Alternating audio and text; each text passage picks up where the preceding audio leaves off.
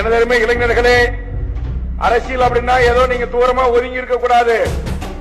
நீங்க தூரமா ஒதுங்கி இருந்தீங்கன்னா கேடி முள்ள மாதிரி முடிச்ச வச்சு பிட்பாக்கிட்டு ஊர்த்தாலி அறக்கிறவன், மணலை திரண்டவன், மலையை குறைஞ்சி வெடி வச்சு தகர்த்து சம்பாதிக்கிறவன், 1000 கோடி 2000 கோடி 5000 கோடி ஊழல் செய்கிறவன், இவர்கள் கையிலே அதிகாரம் சென்றுவிடும்.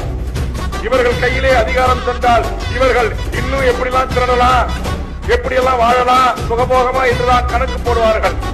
ஆனால் தமிழக வாழ்வுரிமை கட்சி இந்த சிந்தனை கொண்ட அரசியல் களத்தில் ஒரு மாற்று சிந்தனையோடு, உழைக்கும் மக்களோடு, உழைக்கும் தொழிலாளர்களோடு, படிக்கும் மாணவர்களோடு, இன்றைக்கு விவசாய பெருமக்களோடு கைகோர்த்து ஒரு மாற்று அரசியலை நாங்கள் விதைத்து வருகிறோம்.